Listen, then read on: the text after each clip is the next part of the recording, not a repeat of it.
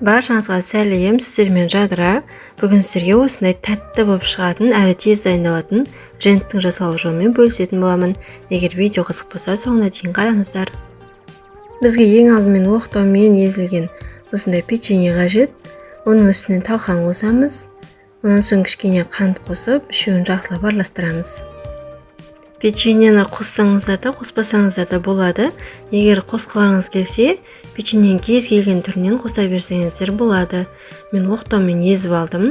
Ал сіздер ет тартқыштан немесе измельчителден өткізіп алсаңыздар болады. Енді осының үстіне бөлме температурасындағы жұмсақ сары майымызды қосып араластырамыз. Енді үстіне сгущенкамызды құйып, тағы да жақсылап араластырамын. Мен сгущенка құятын болғандықтан қантты аздау саламын.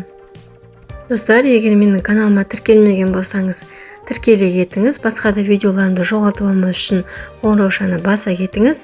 Ал видео мынау жатқан болса, лайк басып пікір қалдыруды ұмытпаңыздар.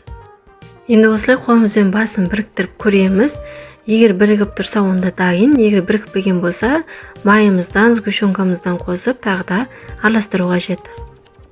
Дайын болған жентті мен осындай ыдысқа салып, формаға келтіріп алдым.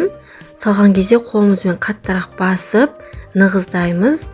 Сіздер кез келген формаға салсаңыздар болады. Мінеге жентіміз дайын.